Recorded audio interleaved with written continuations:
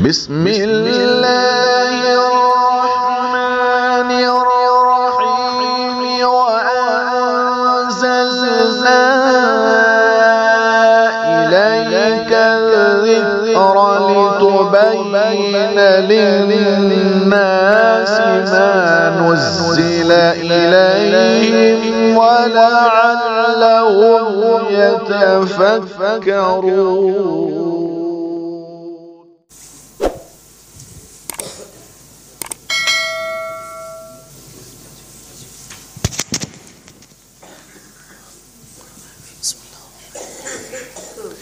الحمد لله رب العالمين والصلاة والسلام على سيد الأنبياء وأشرف المرسلين محمد وعلى آله وأصحابه أجمعين ومن تبعهم بإحسان إلى يوم الدين. أما بعد فأعوذ بالله من الشيطان الرجيم. بسم الله الرحمن الرحيم. يا أيها النبي إنا أرسلناك شاهدا ومبشرا ونذيرا وداعيا إلى الله بإذنه وسراجا منيرا. صدق الله العظيم. قابل احترام بزرگوں اور عزیز دوستو، اللہ تبارک و تعالیٰ سے ہم دعا کرتے ہیں کہ اللہ رب العزت اخلاص کے ساتھ کچھ کارآمد اور مفید باتیں کہلوا دے، اور کہی سنی باتوں پر اللہ رب العزت ہم تمام کو عمل کی توفیق نصیب فرمائے۔ پہلی آیت پاک یہ جو 22ویں پارے سے آج آیت پاک پڑھی ہے میں نے، نبی اکرم صلی اللہ تعالی علیہ وسلم کی 5 صفات کو بیان کیا ہے۔ ویسے بھی یہ جو سورت ہے اس میں نبی کریم صلی اللہ تعالی علیہ وسلم کے مقام، مرتبے اور فضیلت کو بیان کیا گیا۔ آپ کو تکلیف پہنچانا کتنا بڑا جرم ہے، چاہے تکلیف پہنچانے والا پھر کوئی ہو، اس کو بھی قرآن کریم نے اس کی مذمت کو اور اس کی برائی کو بیان کیا ہے۔ اس سورت کے شروع میں 22واں پارہ جو شروع ہو رہا ہے اس سے پہلے والا رکوع 21ویں پارے کا آخری حصہ، اس میں بیویوں کا اور ازواج مطہرات کا تذکرہ ہے کہ ازواج مطہرات نے نبی کریم صلی اللہ تعالی علیہ وسلم کو گھیراؤ کر لیا اور عرض کرنے لگی کہ ہمیں جو آپ خرچ دیتے ہیں اس خرچ کے اندر آپ اضافہ فرمائیں، اس لیے کہ اسلامی فتوحات اللہ تعالیٰ نے مسلمانوں کو بہت سی جنگوں میں فتوحات نصیب فرمائی تھی، مال غنیمت بہت زیادہ آیا تھا، تو دیگر بیویوں کو دیکھ کر، صحابہ کرام کی بیویوں کو دیکھ کر ازواج مطہرات نے بھی کچھ اپنی مانگ بڑھا دی کہ ہمیں پیسہ زیادہ ملنا چاہیے۔ اب یہاں تو نبی اکرم صلی اللہ تعالی علیہ وسلم کا معاملہ ہی ایک تو یہ کہ آتے ہی آپ بیویوں پر خیرات کر دیتے، یا تو آپ جو ہے وہ صدقہ کر دیا کرتے یا بیویوں کو خرچ وغیرہ کے لیے دے دیتے، آپ تو اپنے پاس رکھتے نہیں تھے۔ حتیٰ کہ ایک مرتبہ اقامت ہو رہی ہے، آپ نماز کے لیے کھڑے ہو گئے، پتہ نہیں یاد آیا آپ چلے گئے۔ حضرات صحابہ کرام پریشان ہو گئی کہ کہاں گئے، کیا ہوا؟ تھوڑی دیر ہوئی اور آقا واپس تشریف لائے، فرمایا کہ میرے گھر میں کچھ سونے کے انڈے کی مقدار کچھ سونا تھا، انڈے کی مقدار کچھ سونا تھا، نبی کے لیے میرے لیے مناسب نہیں ہے کہ میرے گھر میں مال پڑا رہے اور میں جو باہر گھوموں یا میں رات گزار دوں، اس لیے میں نے پہلے اس کے صدقے کا انتظام کیا، میں اس کو صدقہ دینے کے لیے نکل گیا، اس کا سارا انتظام کر دیا۔ تو اب یہ کہ نبی اکرم صلی اللہ تعالی علیہ وسلم دو چار دن تو کچھ دن تو مسجد شریف بھی تشریف نہیں لے گئے، کیونکہ ازواج نے آپ کو اپنے درمیان میں گھیر رکھا تھا، آپ نے ان کو سمجھایا بھی۔ پھر ادھر صدیق اکبر اور فاروق اعظم رضی اللہ تعالی عنہما وہ تشریف لے آئے، اور نبی کریم صلی اللہ تعالی علیہ وسلم سے حالات پوچھے۔ اب ادھر آپ غمزدہ ہیں۔ حضرت عمر رضی اللہ تعالیٰ نے فرمایا کہ ابھی ایک بات کہہ دوں گا نا تو آپ ہنس دیں گے، میں ابھی ہنسوا دیتا ہوں۔ اپنی بیوی سے متعلق کہا کہ اگر یہ مانگتی نا تو میں یہ پیر رکھ کے اس کی گردن دبا دیتا۔ اس انداز سے کہا کہ اللہ کے نبی صلی اللہ تعالی علیہ وسلم کو ہنسی آ گئی، آپ نے ہنس دیا، تبسم فرمایا۔ پھر ادھر صدیق اکبر اور حضرت فاروق اعظم دونوں نے اپنی اپنی بیٹیوں کو برابر کوک میں ایسے چمٹے دیے کہ جس چیز کے اللہ کے نبی صلی اللہ تعالی علیہ وسلم کے پاس ہے نہیں، آپ ان چیزوں کے متعلق حیران کرتے ہو، یہ کیسی بات ہے؟ قرآن کریم کی آیتیں نازل ہوئی کہ ان سے پوچھو کہ تم لوگ کیا چاہتی ہو، اگر تم لوگ دنیا چاہتی ہو تو پھر تم کو آسانی کے ساتھ چھٹی دے دی جائے، اور اگر تم اللہ اور رسول کو چاہتی ہو، ان کنتن تریدن اللہ ورسولہ والدار الآخرہ وعد للمحسنات منکن اجرا عظیما، اس آیت پاک کے اندر کہا گیا کہ اگر تم اللہ اور رسول کو چاہتی ہو یا تم دنیا کو چاہتی ہو۔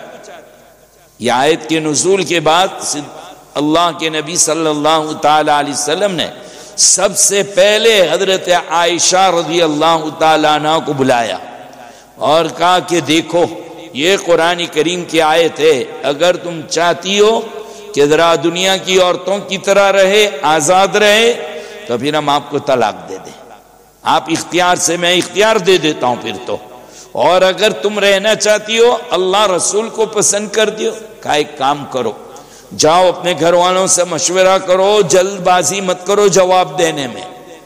امی عائشہ نے کہا اس میں مشورہ کرنے کی ضرورت کیا ہے، بس میں اللہ اور رسول کو چاہتی ہوں، مجھے مال و دولت نہیں چاہیے۔ تمام بیویاں کھڑی ہو گئی اور تمام ازواج مطہرات اور بیویوں نے یہ کہہ دیا کہ جی ہمیں طلاق نہیں چاہیے، ہمیں دنیا نہیں چاہیے، ہمیں اللہ اور اس کا رسول چاہیے۔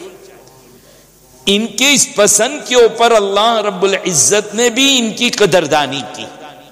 ایک موقع آیا کہ نبی اکرم صلی اللہ تعالی علیہ وسلم کے نکاح میں جب 11 بیویاں ہیں، آپ نے 11 بیویوں سے شادی فرمائی نبی کریم صلی اللہ تعالی علیہ وسلم نے، لیکن ایک موقع وہ آ گیا کہ قرآن نے کہہ دیا کہ نبی اب یہ جو بیویاں ہیں ان میں سے کسی کو آپ طلاق دے کر اس کی جگہ پر آپ دوسری لے آؤ، آپ کو ایسا نہیں کریں گے، آپ کو انہی بیویوں کے اوپر اب گزارا کرنا ہوگا، کیونکہ ان بیویوں نے جب وہ جگہ پر کہہ دیا نا کہ ہم اللہ اور رسول کو چاہتے ہیں، تو اللہ رب العزت نے بھی ان کے مقام اور مرتبے کا خیال کیا۔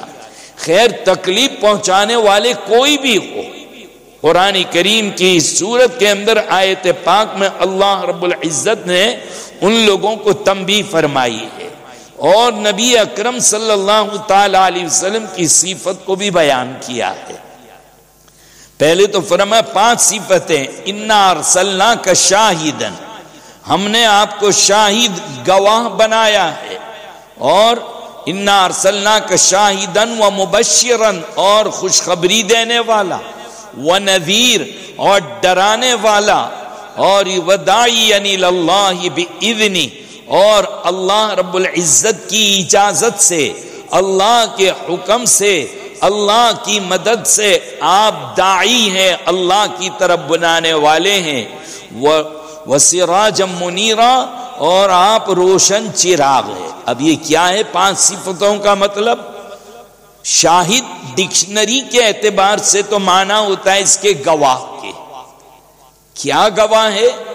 واقعہ یہ ہے کہ قیامت کے دن حضرت نوح علیہ السلام جنہوں نے اپنی قوم کو 950 سال تک دعوت دی، ہر انداز سے سمجھایا، لیکن قوم تھی کہ ماننے کو تیار نہیں بلکہ مارنے کو تیار تھی۔ مارتی تھی حضرت نوح علیہ السلام کو۔ قیامت کے دن اللہ رب العزت حضرت نوح علیہ السلام سے پوچھیں گے کہ نوح تم نے ہماری طرف دعوت دی تھی یا نہیں دی تھی، ان کو بلایا تھا یا نہیں، ہم نے آپ کو نبی بنا کر بھیجا تھا۔ اللہ کو تو سب معلوم ہے، اس امت کا مقام اور مرتبہ بیان کروانا ہے، اس لیے اللہ تبارک و تعالیٰ یہ طریقہ اختیار کریں گے۔ اب یہ کہ کہیں گے حضرت نوح علیہ السلام کے الہ العالمین میں نے تو پہنچا دیا ہے، قوم انکار کرے گی کہ نہیں ہمیں کوئی دعوت نہیں پہنچائی، ہمیں کوئی سمجھانے والا نہیں آیا۔ حضرت نوح علیہ السلام کہیں گے میں نے سمجھایا، میں نے پہنچایا۔ قال رب انی دعوت قومی لیلا ونہارا، اے اللہ میں نے رات اور دن ان کے پیچھے ایک کر دیا، فلم یزیدہم دعائی الا فرارا، جتنا جتنا بلاتا تھا اتنا اتنا یہ بھاگتے تھے۔ اعلنت لہم واسررت لہم، اے اللہ میں نے کھلم کھلا سمجھایا، چپکے چپکے سمجھایا، اجتماعی ملاقاتیں کی، انفرادی ملاقاتیں کی، کوئی موقع نہیں چھوڑا، میں نے ہر طور پر سمجھا، لیکن قوم مکر جائے گی، قوم نہ کہہ دے گی کہ نہیں ہمیں کوئی سمجھانے والا نہیں آیا، کسی نے نہیں سمجھایا۔ تو پھر اللہ رب العزت پوچھیں گے نوح تم نے پہنچایا تھا، کوئی گواہ بھی ہے تمہارے پاس؟ کہا جی ہاں میرے پاس گواہ ہے۔ کون ہے بھئی گواہ؟ کہا اس محمد رسول اللہ صلی اللہ تعالی علیہ وسلم کی امت، یہ امت محمدیہ علی صاحب الصلاۃ والتسلیم، یہ ہے امت آئے گی اور گواہ دے گی کہ اللہ انہیں پہنچا۔ تو یہ اس امت کی مخالفت کرے گی نوح علیہ السلام کی امت، اور وہ کہیں گے تم تھے ہمارے زمانے میں کہ تم بات کرنے کے لیے آ گئے؟ تو یہ کہیں گے یہ امت جواب دے گی ہم تھے تو نہیں، لیکن ہم کو ہمارے نبی نے بتلایا، اور ہمارے نبی سچے ہیں، ہمارا عقیدہ یہ ہے، محمد رسول اللہ ہمارے نبی ہے، انہوں نے ہمیں یہ خبر دی تھی، اور آپ پر ہمارا ایمان ہے، ہمارا عقیدہ ہے کہ آپ سچے ہیں، اس لیے ہم نبی کی بات پر بھروسہ کرتے ہوئے ہم یہ بات کرتے تو یہ اللہ کے نبی تشریف لائیں گے اور اس امت کی گواہی دیں گے کہ ہاں میں نے میری امت کو بتلایا تھا۔ تو اس اعتبار سے آپ کو شاہد کہا گیا۔ بعض علماء نے یوں لکھا ہے کہ آپ صلی اللہ تعالی علیہ وسلم پر ہمارے اعمال ہفتے میں 2 دن پہنچائے جاتے ہیں، آپ پر پیش کیے جاتے ہیں، پیر اور جمعرات، منڈے اور تھرسڈے، یہ 2 روز ہمارے اعمال حضور کی بارگاہ کے اندر پیش کیے جاتے ہیں، اچھے برے اعمال، یا بعض روایات کے مطابق ہفتے میں 1 دن اللہ کے نبی صلی اللہ تعالی علیہ وسلم کے سامنے اس امت کے اعمال پہنچتے ہیں۔ تو اللہ کے نبی قیامت کے دن اپنے امت کے اعمال پر گواہی دیں گے، اس وجہ سے آپ کو شاہد کہا گیا۔ اب دیکھیے ہمارے اعمال کیسے کیسے ہیں، کس طریقے سے پہنچتے ہیں، گندے اعمال، برے اعمال۔ آج کے پارے کی آیت یا ایھا الذین آمنوا لا تکونوا کالذین آذوا موسیٰ، اے لوگو تم لوگوں کی طرح نہ ہونا، یعنی یہودیوں کی طرح جنہوں نے اپنے نبی کو تکلیف پہنچائی، تم اپنے نبی کو تکلیف مت پہنچانا۔ انہوں نے تو بہت گندے انداز سے تکلیف پہنچائی، لیکن آج آئیے ہم لوگ اپنا اپنا جائزہ لیں اکیلے بیٹھ کر کہ ہم نے ہمارے نبی کو راحت پہنچائی ہے۔ جب ہمارے اعمال آپ پر پیش کیے جاتے ہوں گے، ہمارے اعمال پہنچتے ہوں گے، اور یہ پتہ چلتا ہوگا کہ سنت کے خلاف عمل کر رہا ہے امتی، اندازہ لگائیے سنت کے خلاف آپ کا فلاں امتی سنت کے خلاف عمل کر رہا، وہ یہ کرتوت کر رہا، اندازہ لگائیے کتنی تکلیف پہنچتی ہوگی نبی اکرم صلی اللہ تعالی علیہ وسلم کو، کتنی۔ یہی ابھی جو ان اللہ و ملائکتہ یصلون علی النبی ہے اس کے ساتھ ساتھ یہ آیت پاک بھی ہے، والذین یؤذون المؤمنین والمؤمنات بغیر ان الذین یؤذون اللہ ورسولہ، تحقیق کہ وہ لوگ جنہوں نے اللہ اور رسول کو تکلیف پہنچائی ان کے اوپر دنیا اور آخرت دونوں جگہ کے اوپر لعنت ہے۔ کوشش کرو میرے بھائیوں کہ ہمارا کوئی عمل ایسا نہ جائے نبی کریم صلی اللہ تعالی علیہ وسلم کے پاس، آپ کی سنتیں نہ ہمارے چہروں سے غائب ہو، نہ ہمارے بدن سے غائب ہو، نہ کسی کام کے اندر ہم سنت کو چھوڑنے والے بنے۔ اللہ کی نبی کی سنتوں پر عمل کرنے میں ہمارا دنیاوی فائدہ بھی ہے اور آخرت کا بھی بہت بڑا فائدہ ہے، بہت بڑا فائدہ ہے۔ مثال کے طور پر معاف فرمائیے میں داڑھی سے متعلق بات کر دوں کہ اگر کوئی غیر مسلم داڑھی کٹانے اور منڈانے والا اللہ کے رسول صلی اللہ تعالی علیہ وسلم کے پاس آتا، آپ مارے نفرت کے چہرہ پھرا لیتے، ادھر آتا تو ادھر آتا تو ادھر چہرہ پھرا لیتے۔ کسی نے کہا اللہ کے نبی یہ تو ابھی ایمان نہیں لائے ہیں، ایمان لانے کے بعد اگر ایسا کرے تو آپ ان کے ساتھ ایسا کر سکتے ہیں، ابھی تو پہلے نمبر پر تو ایمان لانا ضروری ہے، یہ تو ایمان بھی نہیں لایا، پھر آپ اس کے ساتھ ایسا کیوں فرما رہے ہیں؟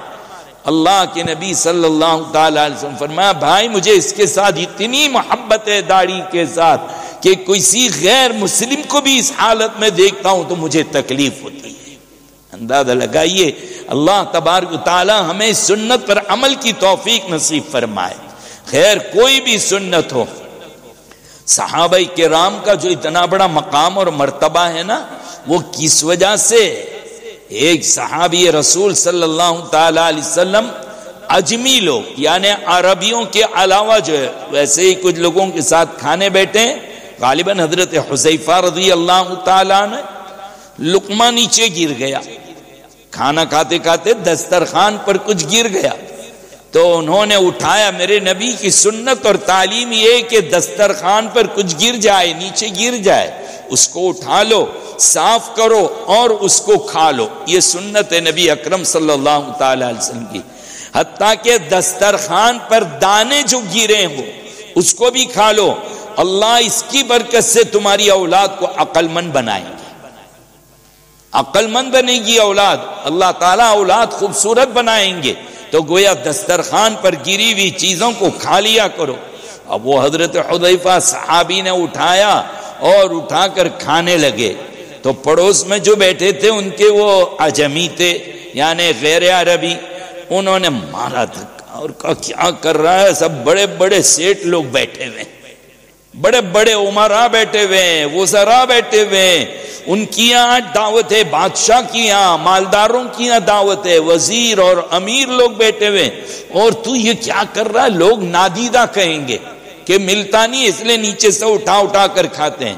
انہوں نے جواب کیا اچھا دیا، مجھے اور آپ کو لکھ لینا ہے وہ جواب، اترک سنت حبیبی لہؤلاء الحمقاء، کیا میں ان بے وقوفوں کے لیے میرے محبوب صلی اللہ تعالی علیہ وسلم کی سنت کو چھوڑ دوں؟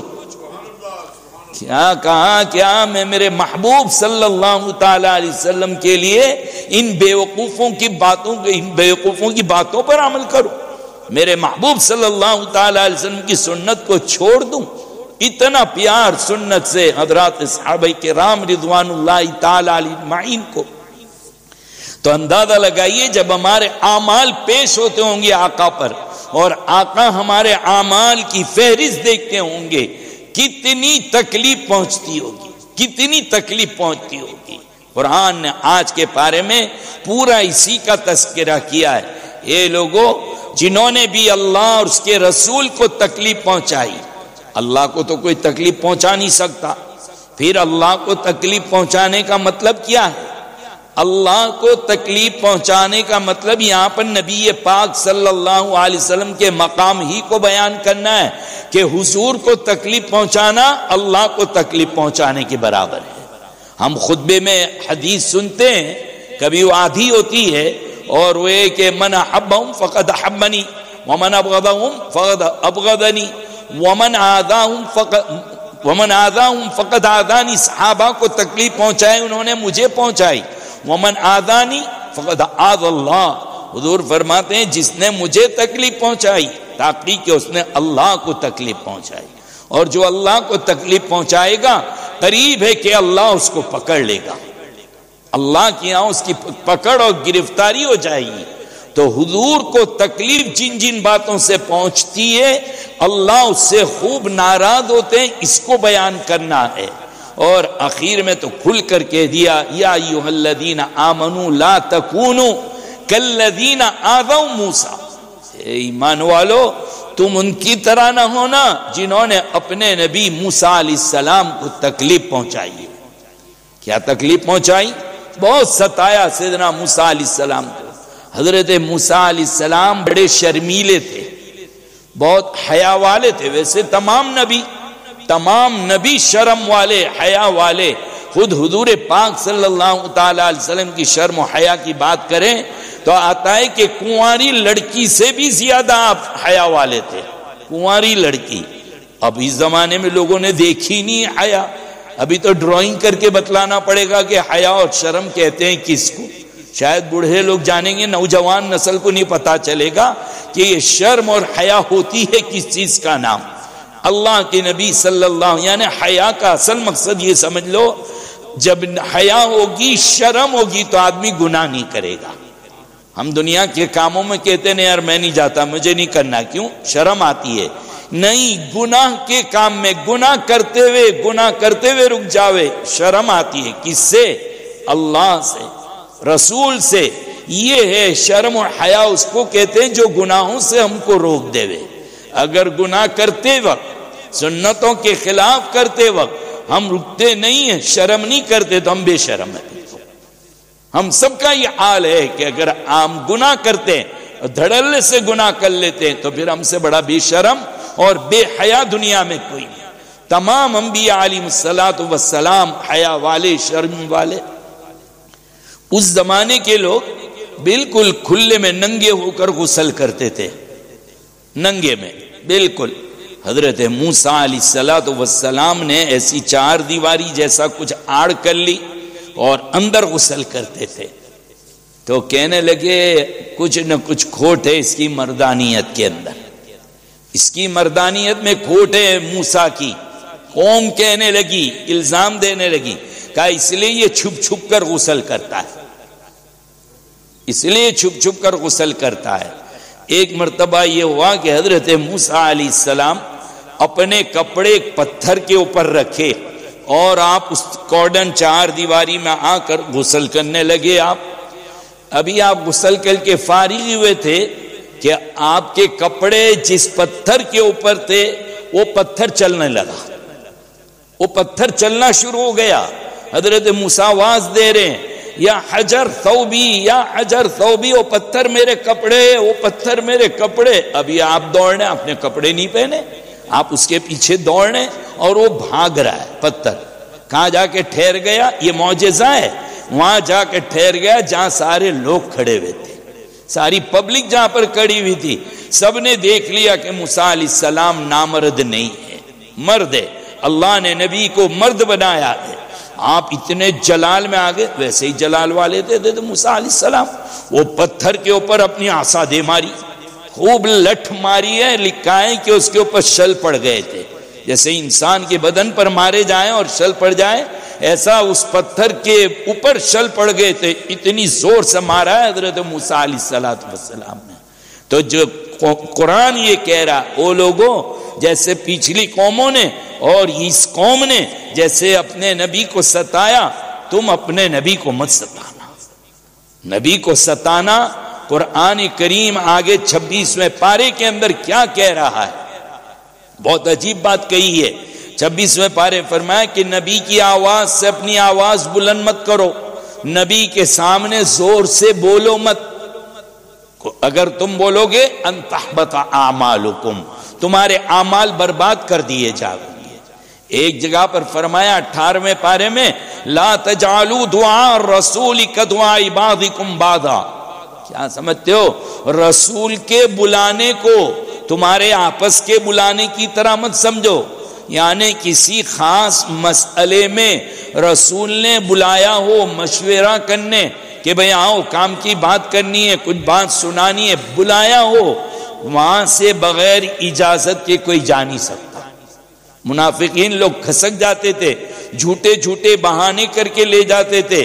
قرآن کریم نے اس پر کہا کہ رسول جب تم کو بلاوے تو پھر چپ چاپ چلے جایا کرو، اور جب تک رسول اجازت نہ دے وہاں سے کسی کو جانے کی اجازت نہیں۔ بعض علماء تو یہ کہتے ہیں رسول کی ہر مجلس، رسول کی ہر مجلس جب تم پہنچ گئے پھر ختم، وہاں سے نبی کی اجازت کے بغیر کوئی جا نہیں سکتا۔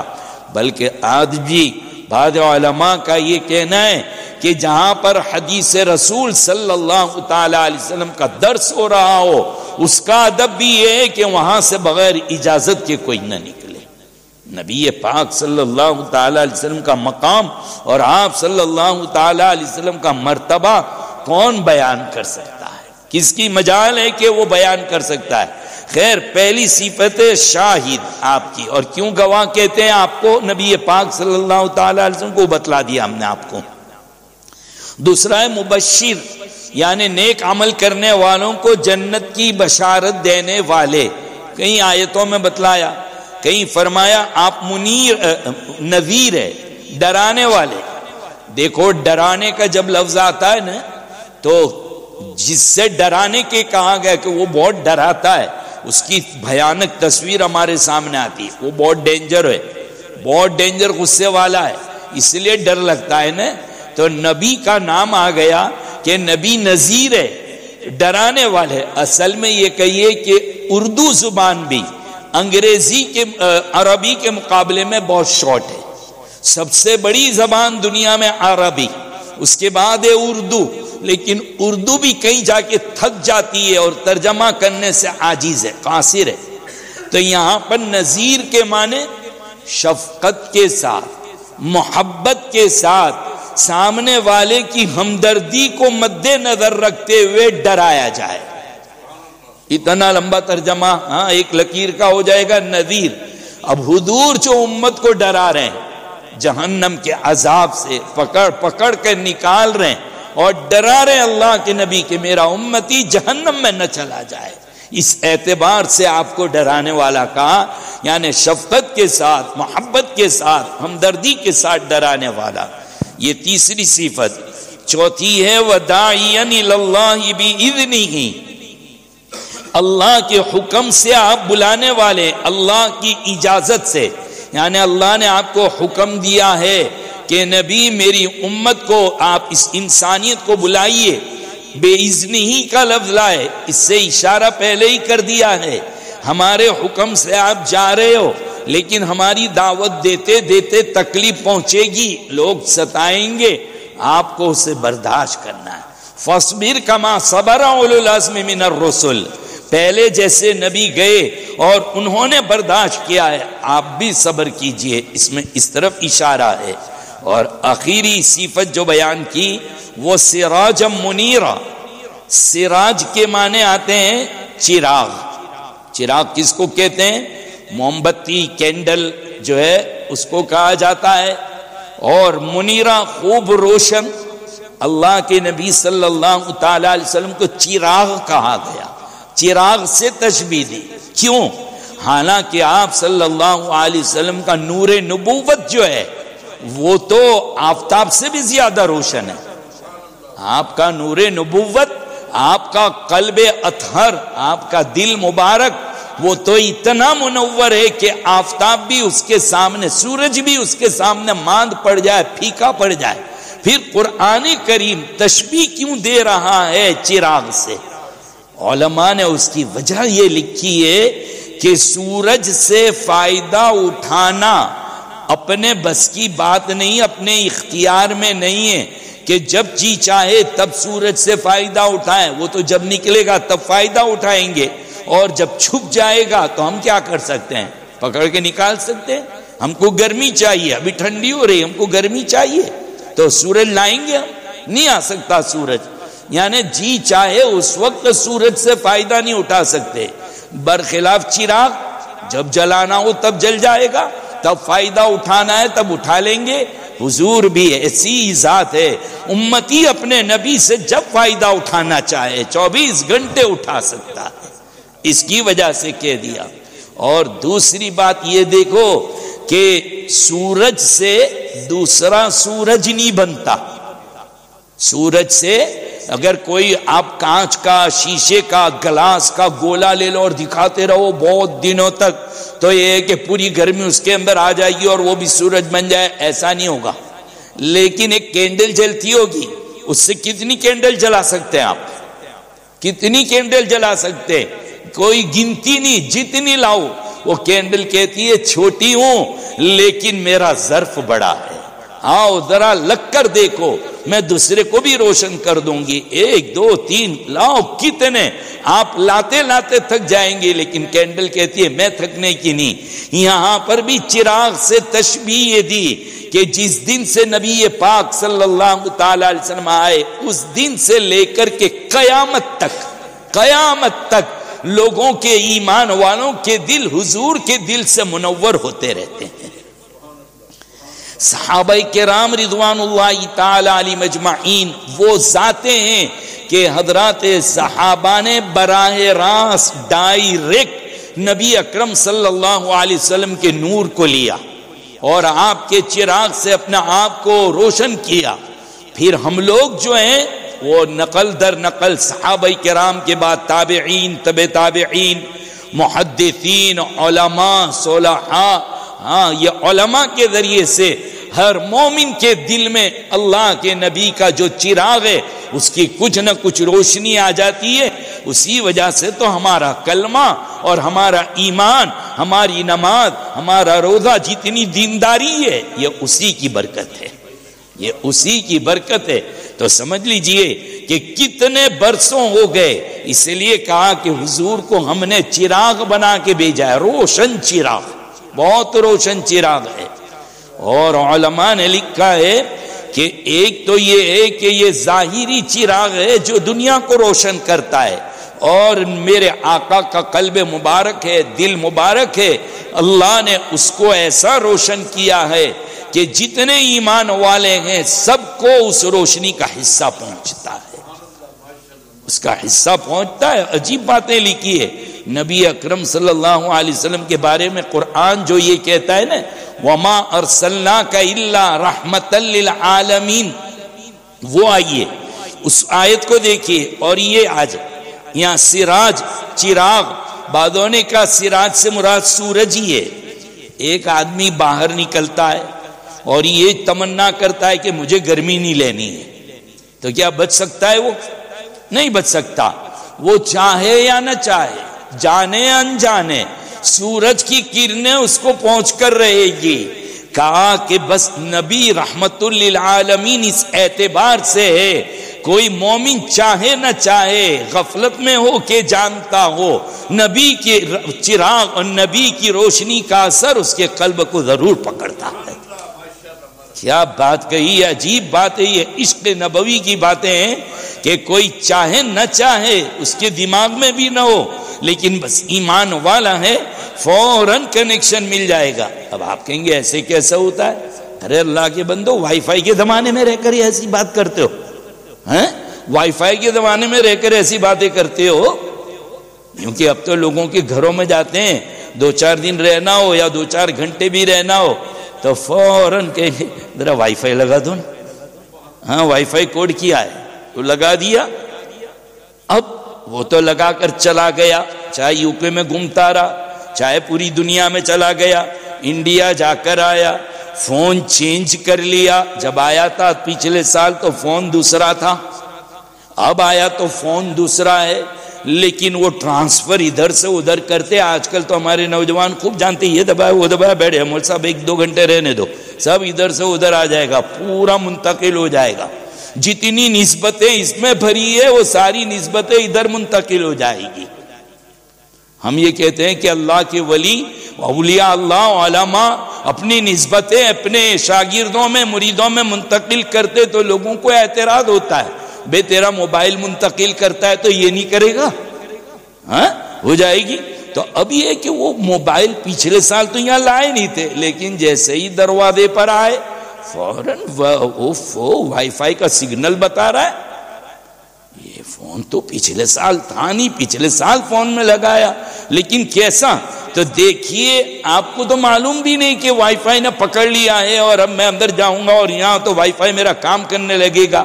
ایسا ہی ایک امتی تو نے کلمہ پڑھ لیا لا الہ الا اللہ محمد الرسول اللہ، پھر بس تیرا وائی فائی آن ہو گیا، تو کہیں بھی دنیا میں رہے گا، نبی کی طرف سے تو چاہے یا نہ چاہے نبی کی رحمت اور نبی کی روشنی کا اثر تیرے قلب کو پکڑتا رہے گا۔ ہاں اللہ یہ اور بات ہے کہ تیری لائن شارٹ ہو جائے تو تجھے کوئی اس کا فائدہ نہ پہنچے، وہاں سے تو اثر آتا ہے، بیٹری تو برابر ہے، تیری گڑبڑ اگر ہے تو پھر وہ تو جانے، ورنہ نبی کی طرف سے تو یہ اثرات آتے رہتے ہیں۔ اگر کہا جائے تو بہت کچھ، اب جب نبی کے اتنے احسانات ہیں تو مجھے اور آپ کو کرنا کیا ہے؟ کیا کرنا ہے ہمیں یہ ہے کہ دو کام، ایک تو یہ ہے کہ سنتوں پر عمل کرنا ہے، سنتوں پر عمل کرنا ہے، چھوٹی چھوٹی کسی سنت کو چھوٹی نہ سمجھو۔ دیکھو آپ کے کام کی بات بتلا دوں گا، لیکن پہلے سنو، حدیث پاک میں فرمایا من حفظ سنتی فلیکرمہ اللہ باربع خصال، آقا نے فرمایا جس نے میری سنت کی حفاظت کی، یعنی میری سنتوں پر عمل کیا، فلیکرمہ اللہ باربع خصال، اللہ 4 چیزوں سے اس کا اکرام کریں گے، 4 انعام سے نوازیں گے۔ پہلا المحبت فی قلوب البرارۃ، نیک لوگوں کے دلوں میں اللہ محبت ڈال دیں گے، اللہ والے نیک لوگ تم سے محبت کریں گے، اپنی دعاؤں میں یاد کریں گے، تمہیں یاد کریں گے، دعائیں کریں گے، تمہاری حفاظت کے لیے دعائیں کریں گے، اللہ والے ان کے دلوں میں تمہاری محبت۔ وہ لوگ ہیں کہ جن کی نظریں پڑے تو دل صاف ہو جایا کرتا ہے، اللہ تبارک و تعالیٰ یہ نصیب فرمائیں گے سنتوں پر عمل کرنے کی وجہ سے۔ دوسرے نمبر پر فرمایا والہیبۃ فی قلوب الفجرہ، اللہ بدکار لوگ، ذلیل قسم کے لوگ، نالائق قسم کے لوگ، ظالم قسم کے لوگ، ان کے دلوں میں تمہارا رعب ڈال دیں گے، ہیبت ڈال دیں گے۔ آج مجھے اور اگر آپ کو یہ سوال ہے کہ یہ قومیں ہم سے ڈرتی کیوں نہیں ہے؟ ہم وہ صحابہ کی باتیں کرتے، 313 تھے جن کے بدن پر کپڑے نہیں تھے، جن کے پاس سواریاں نہیں تھی، جن کے بدن زخم سے چور چور ہوتے، وہ لوگ کیسے کامیاب ہو گئے؟ آج ہمارے پاس سب کچھ ہے لیکن سنت نہیں ہے۔ ہمارے گھر میں ہماری اولادیں سنتوں کو توڑ رہی ہے، ہم توڑ رہے ہیں لیکن ہمیں اس کا احساس بھی نہیں ہے۔ ہم اپنی دنیا کی خوبصورتی کے لیے، ہم اپنی خوبصورتی کے لیے، اپنی میٹنگ اور مجلسوں کی خوبصورتی کے لیے، اپنے آپ کو ہینڈسم بتانے کے لیے ہم میرے نبی کی سنتوں کو چھوڑ دیا کرتے ہیں۔ لیکن دیکھو اسی کی نحوست ہے کہ آج غیروں کے دل میں سے ہمارا رعب نکل گیا، اور یہ بھی نبی فرما رہے ہیں، میں نہیں کہہ رہا ہوں، نبی فرما رہے ہیں کہ اللہ بدکار لوگوں کے دلوں میں تمہارا رعب ڈال دیں گے۔ تیسرے نمبر پر فرما وسعت فی الرزق، اللہ تمہارے رزق میں وسعت عطا فرمائیں گے، رزق میں برکت عطا فرمائیں گے، خوب روزی نصیب فرمائیں گے۔ دیکھو نبی کے فرمان پر یقین ہے یا نہیں؟ اگر میں آج ایسا کہہ دوں کہ میرے پاس ایک تعویذ ہے، شاندار ہے، لیکن میں چند لوگوں کو دوں گا جو میرے خاص نظروں میں ہوں گے، میں ان کو دوں گا، اور جس کے پاس وہ چلا جائے گا اس کو روزی خوب ملے گی، بتلاؤ آپ کتنی عاجزی کریں گے؟ کتنی عاجزی کریں گے؟ بس نماز پڑھیں گے تو میرے آگے پیچھے گھومیں گے کہ کاش کہ وہ نظر کرم یہاں گر جائے اور وہ تعویذ ہمیں مل جائے، وہ وظیفہ ہمیں مل جائے، ہمارا مزاج ہو جائے گا۔ نبی کہتے ہیں میرے بندے، میرے امتی میری سنت پر عمل کر لے، تیری رزق میں برکت ہو جائے گی۔ کتنا آسان بتلایا ہے۔ والثقۃ فی الدین، اللہ دین میں جماؤ، استقامت اور مضبوطی نصیب فرمائیں گے۔ نبی پاک صلی اللہ تعالی وسلم، دیکھو بہت سے لوگ یہ کہتے ہیں کہ قرضہ بہت ہو گیا ہے، مورگیج لیا ہے، گھر بنانا تھا تو کتنی تکلیف ہو گئی، بھرے نہیں جا رہا ہے، کیا عمل ہے؟ کوئی وظیفہ بتا دو۔ یاد رکھو جب بھی کھانا ہو تو کھانے سے پہلے اور کھانے کے بعد ہاتھ دھونے کی عادت ڈالو۔ کھانے سے پہلے اور کھانے کے بعد کچھ بھی کھانا ہو ہاتھ دھونے کی عادت ڈالو، یہاں تک ہاتھ دھونا ہے۔ چاہے سردی کا ملک ہے، ہاتھ دھو، انشاءاللہ نبی کی سنت سمجھ کر ہاتھ دھو گے کہ میرے نبی نے ہاتھ دھویا ہے اس لیے میں دھوتا ہوں، اس کی برکت سے اللہ قرضہ بہت جلدی ادا کروا دیں گے. یہ ہمارے بزرگوں نے لکھا، بہت جلدی ادا کروا دیں گے.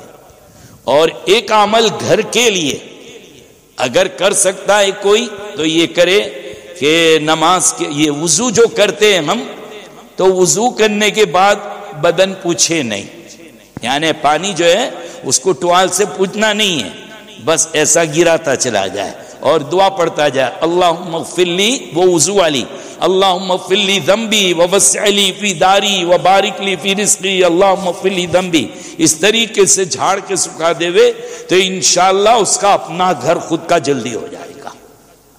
یہ کر سکتے ہو تو یہ عمل کریں، کوئی فرض واجب نہیں ہے، کر سکتے ہو کرو، برداشت کرو، ورنہ مول میں بتا کے جاؤں گا اور سردی کے اندر کچھ سردی وردی لگ گئی آپ نے نہیں پوچھا تو کہو گے مولوی الٹا مسئلہ بتلا کر گیا تھا.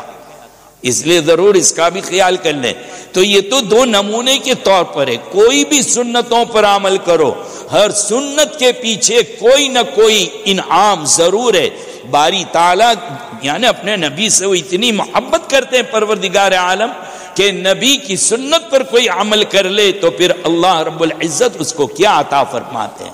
تو میرے اور آپ کے لیے پہلا حق تو یہ کہ ہم نبی کی سنتوں پر عمل کریں انشاءاللہ، اور دوسرے نمبر پر اپنی زبان کو درود شریف سے تازہ رکھیں ہمیشہ.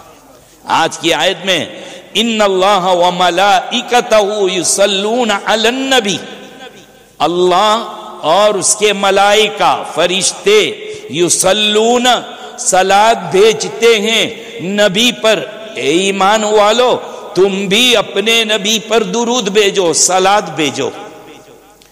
جو عمل اللہ فرما رہے ہیں وہی عمل مجھے اور آپ کو کرنے کے لیے کہا جا رہا ہے.